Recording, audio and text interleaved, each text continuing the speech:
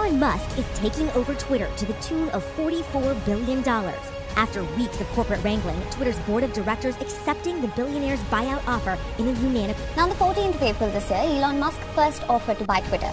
Today, he has completed the acquisition of the microblogging website, but the journey between has been no less than a roller coaster ride. Tesla tycoon Elon Musk now says he will push ahead with a plan to buy social networking site Twitter. He'd been due to face representatives of Twitter in court later this month. Elon Musk has 3 weeks now to close his deal with Twitter if he wants to avoid a trial with the social media company. The legal showdown was set to begin in 10 days after Musk tried to back out of the whole thing, but yesterday, a Delaware... All right, let's do it. Let's talk about Elon Musk buying Twitter. It's a topic we've been largely avoiding as a tech-focused channel, but now that this has officially made the leap from speculation to confirmed Twitter purchase, we probably need to examine what this means for Elon and his portfolio of business ventures, because this will undoubtedly have a wider-ranging effect. Ostensibly, Elon says that he is buying Twitter because he wants to protect free speech and democracy. In a series of text slides posted to his Twitter feed, Elon wrote, "It is important to the future of civilization to have a common digital town square where a wide range of beliefs can be debated in a healthy manner without resorting to violence," which I think is something that most people could easily agree is a great idea. But we seem to be having a much more difficult time agreeing on how that architecture should be built and who should manage it. Elon Musk probably isn't the best candidate for the job, but he's not the worst either. And one thing that we can safely say for sure is that Elon did not buy Twitter to make money. I don't think you'll find one person who would claim he got a great deal purchasing a social media company for $44 billion in this economy, particularly as we watch the old guard at Facebook slowly crash and burn. So, what's Elon up to with this whole Twitter situation? Why is he doing it? Let's try and work that out. Let's try and remember how we got here in the first place, because it's been a while. This all started back in March, when Elon started musing that he's given serious thought to building an alternative to Twitter. Little did we know that Elon had already started buying up massive amounts of Twitter stock and had approached the board and CEO of the company to talk about the potential of taking his own seat on the board. Then, in April, public regulatory filings revealed that Elon has actually gathered up a 9% stake in Twitter shares worth about $3 billion. The following day, Elon is offered a seat on the company's board of directors on the condition that he stop buying more of the company. CEO Parag Agrawal tweets, "It became clear to us that he would bring great value to our board." Less than 5 days later, Elon reportedly messaged Twitter's board chairman Brett Taylor and said, "Fixing Twitter by chatting with Parag won't work. Drastic action is needed." Elon declines his seat on the board. A few days later, on April 14th, a securities filing shows that Elon has made an offer to buy the company outright for $44 billion. Then, there was the months-long back and forth where Twitter said they didn't want to be purchased and tried to thwart what they called a hostile takeover. Then they changed their mind and accepted Elon's offer. Then, Elon started saying that maybe he didn't want Twitter because they couldn't properly account for the spam bots and fake accounts. And by July, he had decided he wasn't actually going to do the deal at all. But Twitter had seemingly warmed up to the idea of the whole hostile takeover thing, and they sued Elon to force him to buy them. Elon countersued. And then the whole situation kind of went on the back burner while the lawyers set about their work. That brings us to October, where things get interesting again.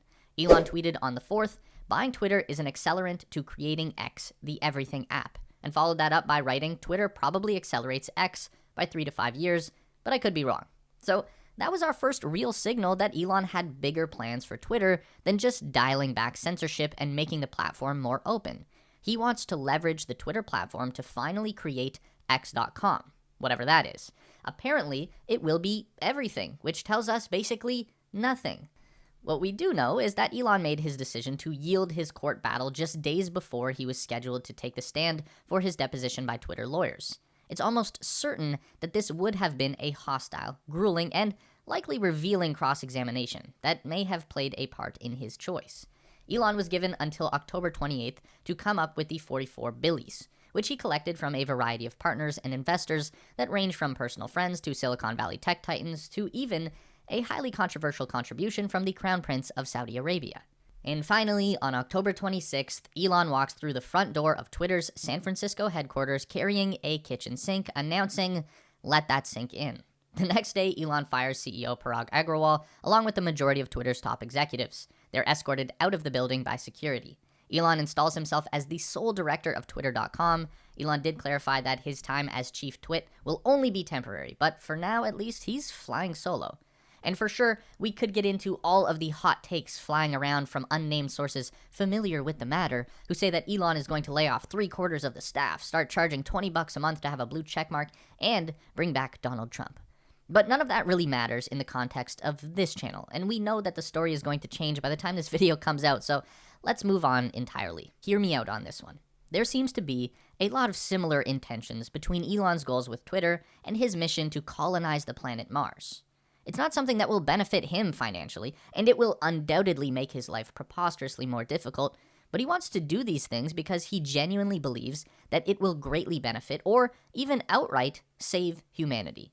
This is where it becomes very easy to accuse Elon of being egotistical or having delusions of grandeur. And that could well be the case. Here is more of what Elon wrote in his message to Twitter's advertising clients. There is currently great danger that social media will splinter into far right-wing and far left-wing echo chambers that generate more hate and divide our society. And he definitely is correct in that prediction. It's already begun with those associated with the far right. They've migrated off Twitter and onto other platforms like Donald Trump's Truth Social. Outline spaces that are catered to only ever show them content that they agree with and that supports their worldview. I don't know if there's anything similar for people on the far left. They seem to just spend their time using Twitter to write about how much they hate Elon Musk and how they're going to leave Twitter. But I don't think they actually have anywhere to go. But I guess we'll find out. Let me know in the comments below if you know of another platform. But that's kind of the point. Clearly, Twitter has not been working as a communal forum for the citizens of the internet. So something does need to change. And Elon, at least, knows that just opening the floodgates and making Twitter a reincarnation of old school 4chan is not going to work either. Elon wrote, quote, "Twitter obviously cannot become a free-for-all hellscape where anything can be said with no consequences. In addition to adhering to the laws of the land, our platform must be warm and welcoming to all, where you can choose your desired experience according to your preferences, just as you can choose, for example, to see movies or play video games ranging from all ages to mature." This is an idea that he's mulled over in a few different forms lately. That you can choose what level of free speech you want to see on Twitter, just like you can choose a movie based on its content rating. This is likely much more difficult to implement than it sounds. And then there's X, the everything app. Maybe that's the real reason for all of this? So we know Elon likes the letter X. That's the name he calls his firstborn child with Grimes, who was born in 2020. X.com was Elon's original attempt at an online bank that he founded in 1999. After a merger with the software company Confinity, Peter Thiel took over X and turned it into PayPal. In 2017, Elon bought the domain X.com back from PayPal. If you go there today, it will probably be a blank page with a single lowercase x in the top corner. If Elon were to create some all-consuming everything app, then it would probably look a lot like the Chinese app WeChat. In China, WeChat is used by more than 1 billion people as an all-in-one social media, instant messaging, and mobile payment app. It's used to order food, hail cabs, and find news. It is sewn into the fabric of daily life. Elon talked about this on the All In podcast back in May of this year. He said, "I think such an app would be really useful, and just the utility of sort of a spam-free thing where you could make comments, you could post videos. I think it's important for content creators to have a revenue share." During Tesla's annual shareholders meeting in August, Elon said that he had a pretty grand vision for X as something that would be very useful to the world. But Elon also said that he doesn't need Twitter to create X. It only accelerates the project by 3 to 5 years. So would that really be worth $44 billion? I don't know. That seems like a hard call. Though out of everything we've talked about today, this X app does sound like the way for Elon to actually make money, and a lot of it. Maybe Elon thinks that he can make that money back in the 3 or 5 years of time that he saves in creating his all-consuming everything app. There's definitely the potential there to make a hell of a lot of money. If he can build one platform that does the same job as Twitter, WhatsApp, PayPal, Uber, and Google, think about it. So the question remains, can Elon Musk deliver? Can he save democracy and heal our divided society by simply reworking a social media app? Can he leverage that purchase to create one app that is all things to all people around the world? Is this just an impulse buy that got way out of hand? Now he's just trying to do the best with what he's got? I guess we'll just have to wait and see. Hi friends. If you learned something through this video, then please support us. Have a nice day. Goodbye and take care.